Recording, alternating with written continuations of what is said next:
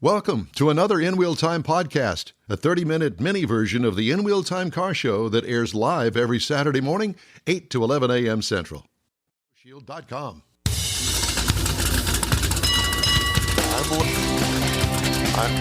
I'm learning. Somehow, some way. I don't know how. This is your favorite go-to spot in podcasting and live streaming. Yep. It's the In Wheel Time Car Talk Show. Just ahead, Consumer Reports. No, I already read that. You did. It's okay. He's learning. It's practice. I'm practicing. Practicing. Okay. Coming up, something is awry here. I don't know.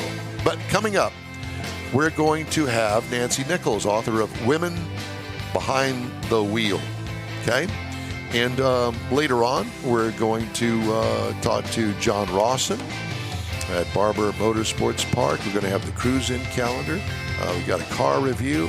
We got it all here on the In Wheel Time Car Talk Show. A good morning to you, everybody. Along with Mike out of this world, Mars, we always need more Jeff Zekin. I'm Don Armstrong. Screwing it up left and right, but you know what? That's just the way that it goes sometimes. We're back in the studio. We're back in the saddle again, ladies Feels good. and gentlemen. All right. Joining us now is Nancy Nichols. And Nancy, good morning to you. Good morning. Can you hear me? Loud and clear. Can you hear us? Excellent. Good morning. Good morning. So the name of the book is Women Behind the Wheel. Is this a racing publication? Is this a racing centered book? No, not entirely. Here, I have a little picture of it. It's called Women Behind the Wheel. Okay. I'm very proud of it. It is a personal history of my experience with cars, which would be probably very different than your experience with cars. And I did not race. My brother raced. I did some street racing, but it's not essentially a book about racing. It is more about how we're going to get to the book in a minute, but I want to know about your street racing. I do too. I'm going, she did some street racing. What did she drive? What were you driving when you had a little street race? So I had a very old Chrysler Beater. It was, but it had a big engine. We did very well together. I grew up in Illinois, on the Illinois-Wisconsin border, so there was a great deal of rural. You're not from Beloit, are you? No, I'm from Waukegan, Illinois. Okay, Waukegan. Well, I'm from Waukesha, Wisconsin, so there's that. There you go. So was south of the Nash Rambler plant. That was right up. Yes, you were. Did you ever buy a Nash? No, my grandmother had a Rambler, but no, I'm not that old really to have a Nash. Well, no, you can't say that because you could be in the collector car market, and there are people that are into those, and God bless them. I saw an article just recently in one of my publications, and the man was the original owner of a Rambler station wagon that is completely unrestored, and all he's done is just maintain it all of these many years. It looks like it, but that's okay. It's cool. It's got the patina on the outside and all of that. I'm just saying, there's your opportunity. If you want one, we can fix you up and head you in the right direction. I appreciate that. Yes, okay. All right, so tell me about the book, Women Behind the Wheel. Obviously, it's going to be more centered, more geared to women. Right. It's about women's experience with the car. It's about how the car helps shape what it means to be a modern woman. It talks about, for example, the suffragists were the first to use the car for political action. They draped their cars with bed sheets, essentially, with their slogans. And those became the precursor to what we now know as, the political bumper sticker. So women have used the car pretty much since its inception. Bertha Benz, who of course was married to Wilhelm Benz of Mercedes-Benz, was the first to take the car on a road trip. She just got up one morning. She was bored with her husband and how long it was taking him, and she took it to her mother. Yeah, she stole it. As the story goes, she stole it. Yeah. She stole it. She absolutely did not have permission to take it. And it was somewhat dangerous because there wasn't like there was a gas station at that point, right? Mm-hmm. Well, I mean, this is back in the day when women were highly restricted on a lot of things, like voting, for instance. Correct. That's why the suffragists used the car. I mean, women couldn't get their own car loans until the mid 1970s without a father or a son. Wow. Mid 70s? The Equal Opportunity Credit Act was in the mid 70s. See, I didn't know that either. I was totally unaware of that. You know, those are the kind of things that they just didn't teach in school. Not that I was in school in the mid 70s. I was going to say, but some of us were out of school. Shut up, before Mike. Shut up, Mike. We don't want to go there. But you're telling me things that I did not know. So I really think it's interesting because my father was a car salesman, my brother drag raced, to really think about the car. And my experience of the car was so different from my father's and my brother's. I was not allowed to take shop class, for example, even though we had an excellent shop department in my high school. Girls were just not allowed. Well, that's the case at my school. Girls were not allowed they in were shop in home classes. ec. Oh, no, not mine. I was in home ec too. Yeah. Oh, well, we weren't allowed to take home ec. Oh, well, that would Well, be you burned Oh, the school down when you did that's that, right. Mike. But Anyway, we could go do ahead. that. I'm sorry. We get sidetracked here. No, it's the same. So you would have had a very different experience with the automobile than I did. And that has become an issue for the industry, right? Because women have always been involved in the purchase decisions. We can say at least since probably 1920s, but definitely post World War II, women were a big part of how people bought their cars and what they bought. But the car companies, and you know this far better than I do, they had to appeal to men. You know, that there's a saying in the industry that a woman will buy a man's car, but a man will not buy a woman's car. And in that, I could see that, but you know, in my generation, I mean, my dad always included mom in the car purchase. Mm-hmm. Honey, do you like the car? Yeah, I like the car. Okay, we'll buy it then. All right. Well, that was the way that it went. But I also know that, you know, there are some professions, mainly male-dominated professions, that, for instance, a truck.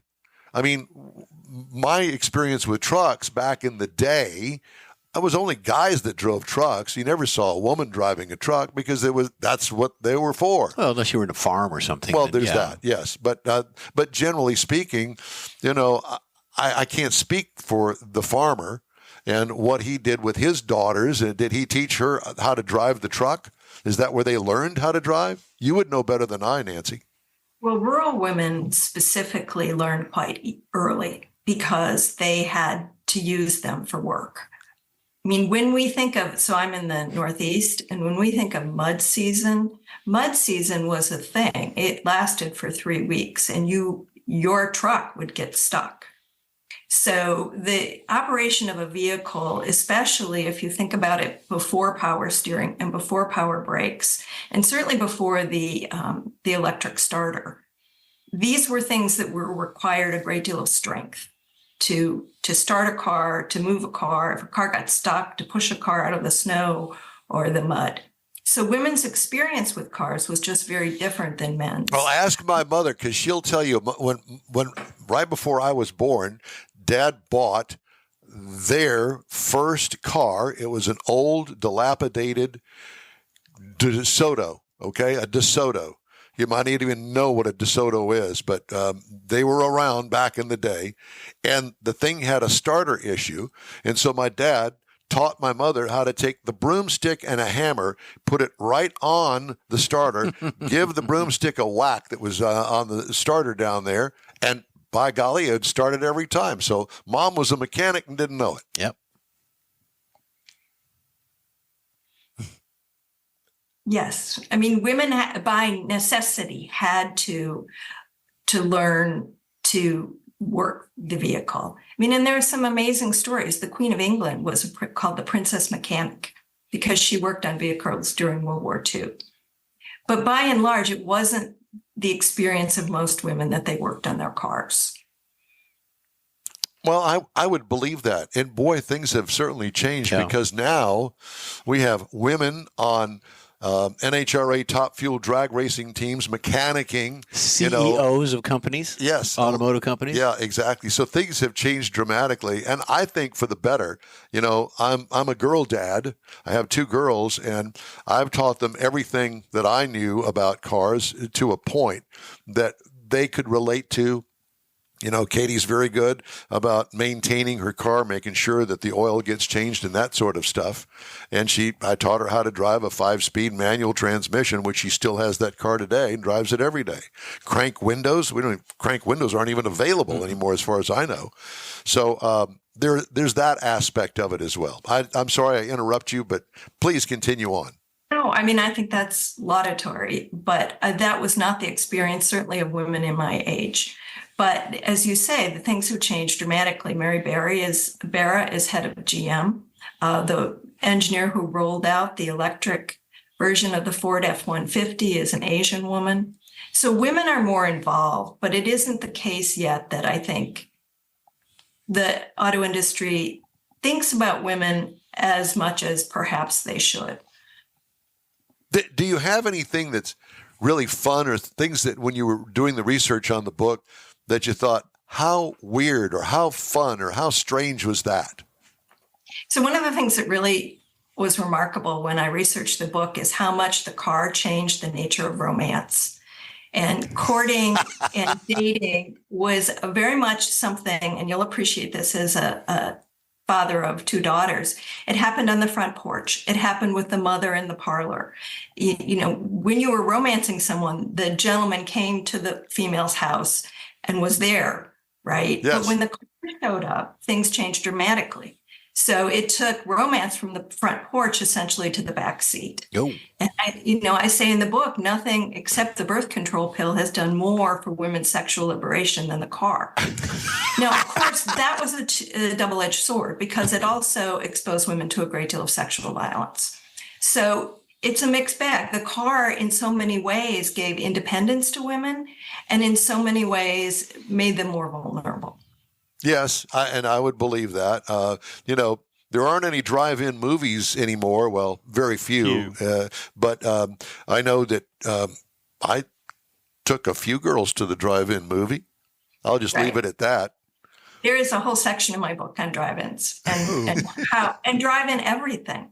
I mean, and we saw, it was really interesting during COVID that we saw the resurgence of this, right? Because we as older adults I remember going to the drive-in movie. And I remember going, when we first had the drive-in at McDonald's, that was like a big thing. But then with COVID, we saw the resurgence of this, people parking their cars to see a movie. We had drive-through funerals. We had drive-through weddings where there was. So it really brought us back. Yes, it certainly does. Matter of fact, Jeff and I and his wife and my girlfriend, we would go to our regular eating place on Friday that was closed. You couldn't go in the dining room, but you could order it on the phone and you would go and pick it up. So it was kind of a makeshift drive-through because they don't really have a drive-through at this particular restaurant. Out to the curb. Yeah, and they would send it out to the curb and with the waiter and give them a tip and be on our way. So yeah, I can totally relate to that. And I don't know if you are on like Instagram or Facebook, you see all these confessional videos and they all happen in the car. Yes. Right? Mm-hmm. I didn't think of that, but yes, you're right. Very true. So there are 2 things I think about that. And one, I think, is that it's simply the audio is so much better in the car because there's soundproofing in a car. Right. But second, I think it is that kind of simulated intimacy that we have of driving the car. When we're in the car, a lot of conversations happen in the car that, don't happen elsewhere because there's nothing else to do. And I think that that's part of why people are going to their cars to make these videos, and they're remembering maybe times that were earlier, or maybe it's kind of a simulated intimacy is what I call it. It's a safe level of privacy. It's a safe space. A safe space. Exactly. Yeah, and it's also one that you would not want any of the things that you were in the car by yourself. The things that you would say either to yourself or to other drivers, you would never want it to get outside of the car. Not all of them, but many of them. You so-and-so, or Oh, that was you? Right. that was that was me.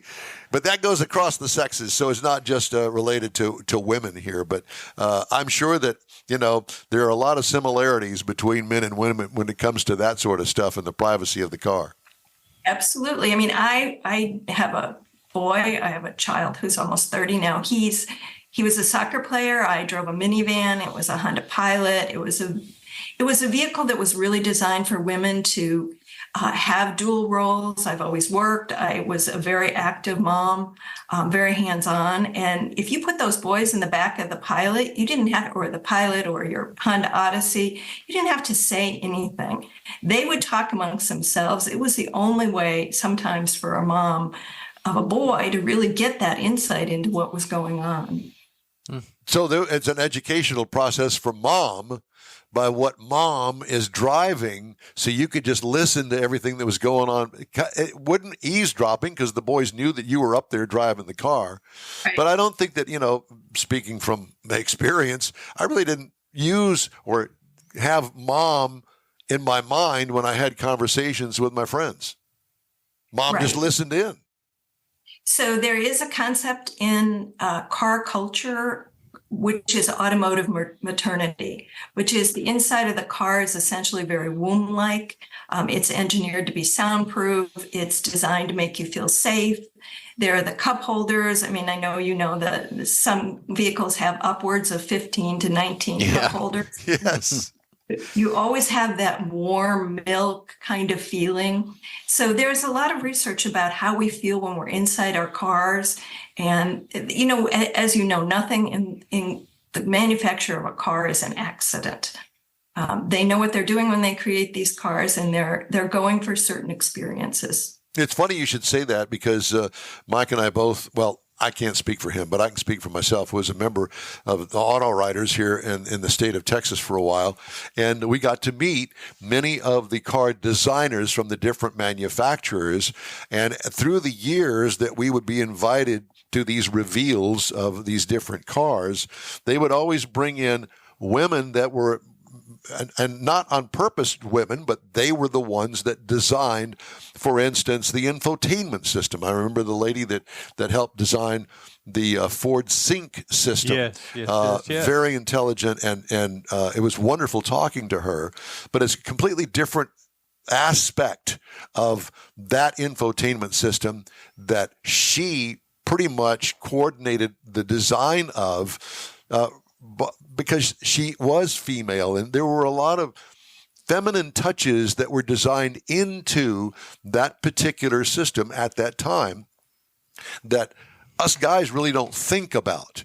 And it's the intimate details of this infotainment system that made it easier for us, for everybody, to actually go in and operate it.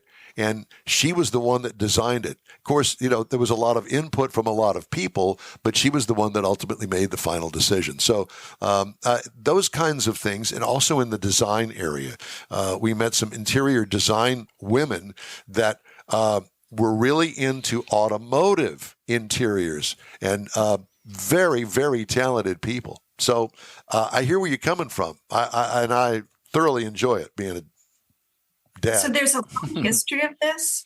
There were women, about 8 women were brought on by Harley Earl at GM. They were called the Damsels in Design.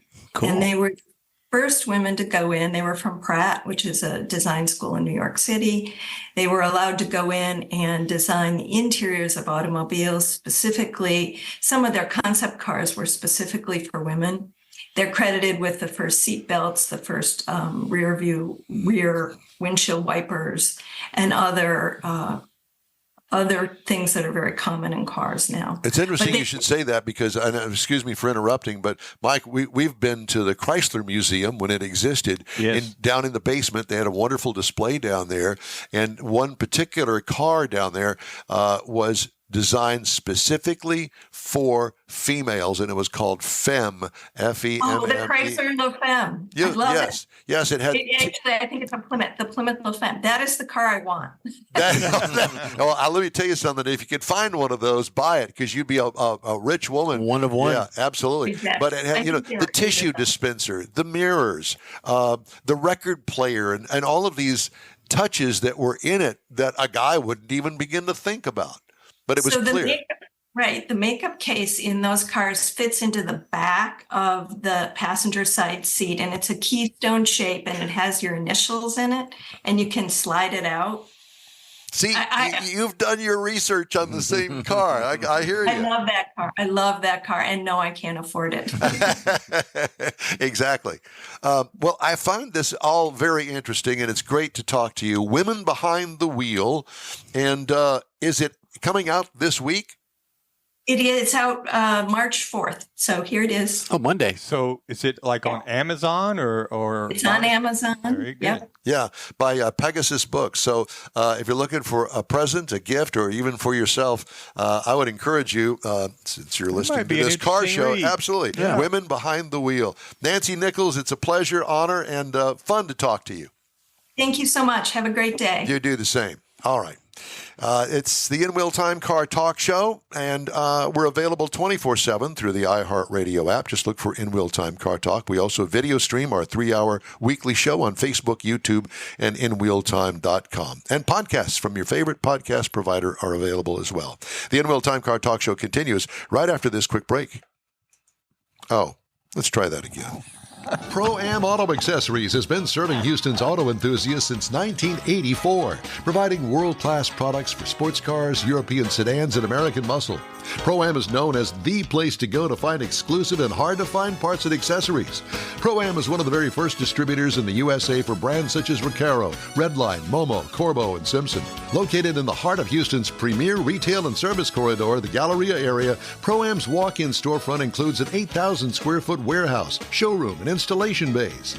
Pro-Am not only sells parts and accessories, but also offers installation and service.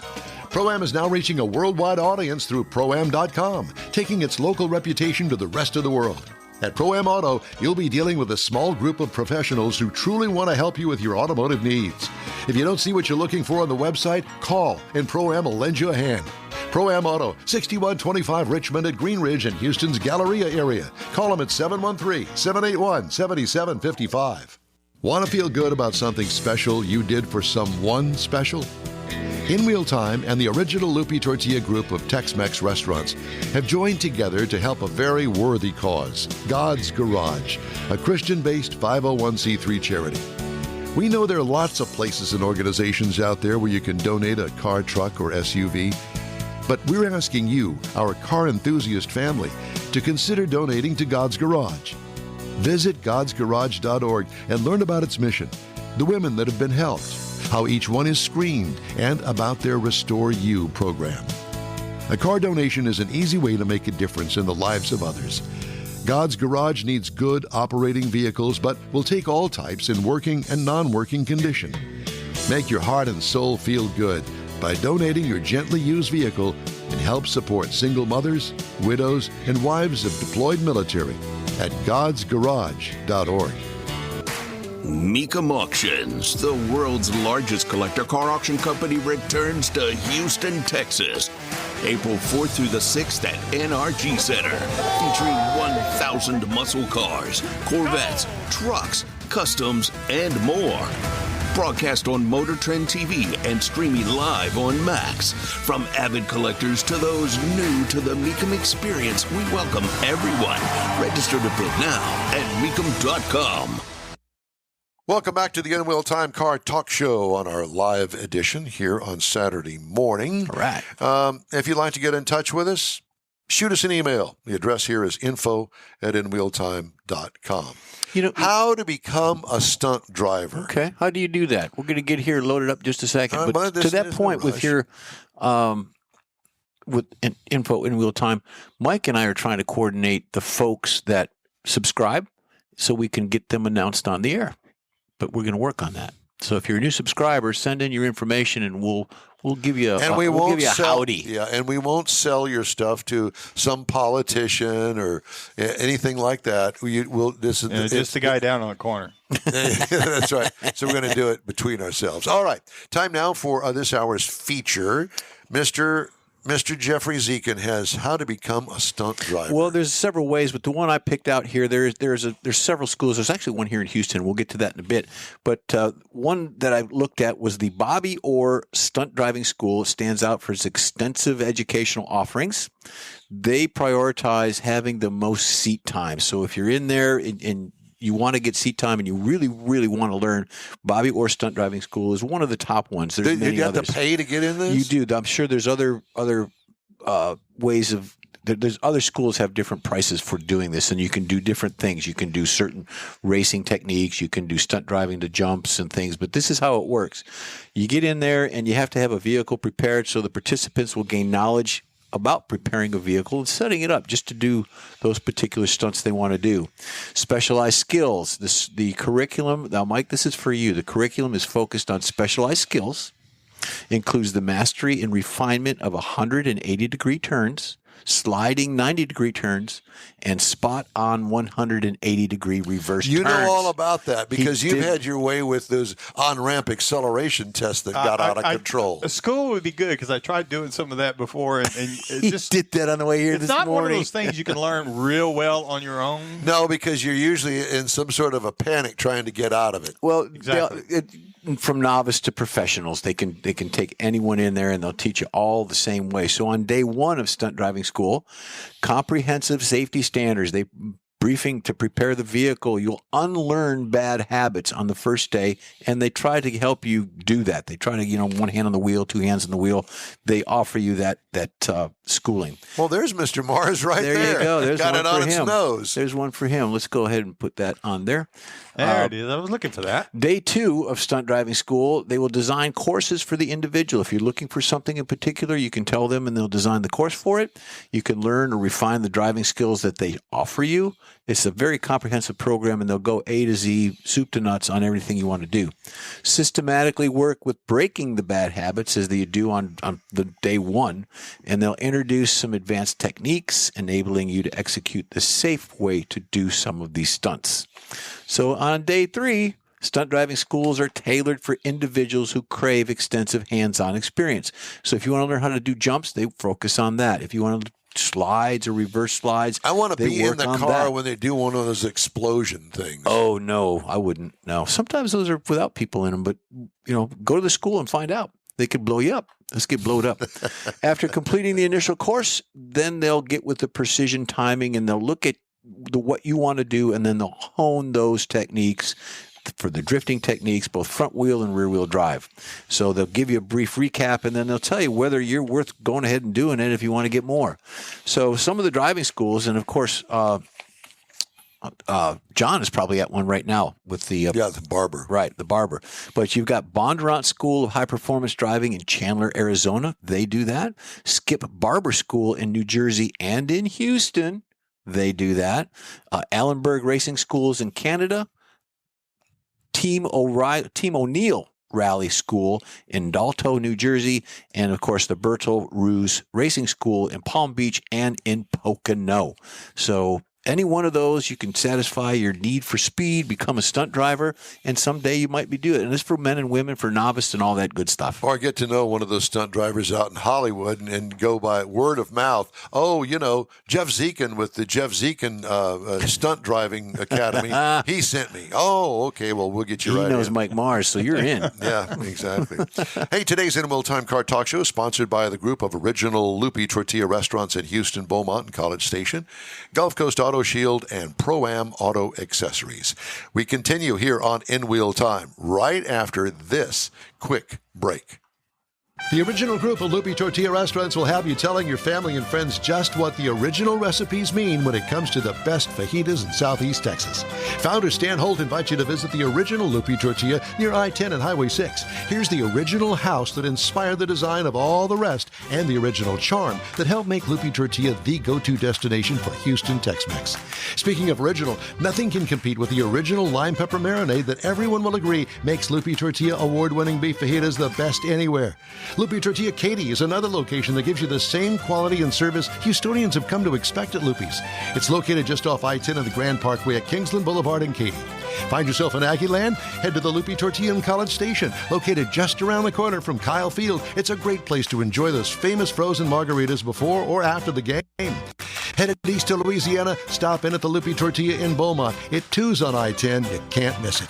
The original group of Loopy Tortilla restaurants invites you in for the best Tex-Mex anywhere. You own a car you love. Well, why not let Gulf Coast Auto Shield protect it?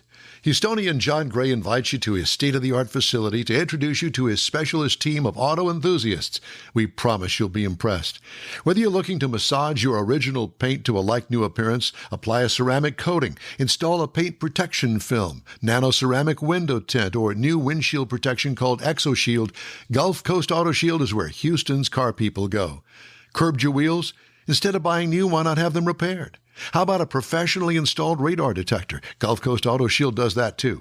Get a peek inside the shop and look at the services offered by getting online and heading to gcautoshield.com. Better yet, stop by their facility at 11275 South Sam Houston Tollway, just south of the Southwest Freeway, and get a personal tour. Gulf Coast Auto Shield is your place to go for all things exterior. Call them today, 832-930-5655 or gcautoshield.com. That's it for this podcast episode of the In Wheel Time Car Show. I'm Don Armstrong, inviting you to join us for our live show every Saturday morning, 8 to 11 a.m. Central on Facebook, YouTube, Twitch, and our InWheelTime.com website. Podcasts are available on Apple Podcasts, Spotify, Stitcher, iHeart Podcast, Podcast Addict, TuneIn, Pandora, and Amazon Music. Keep listening, and we'll see you soon.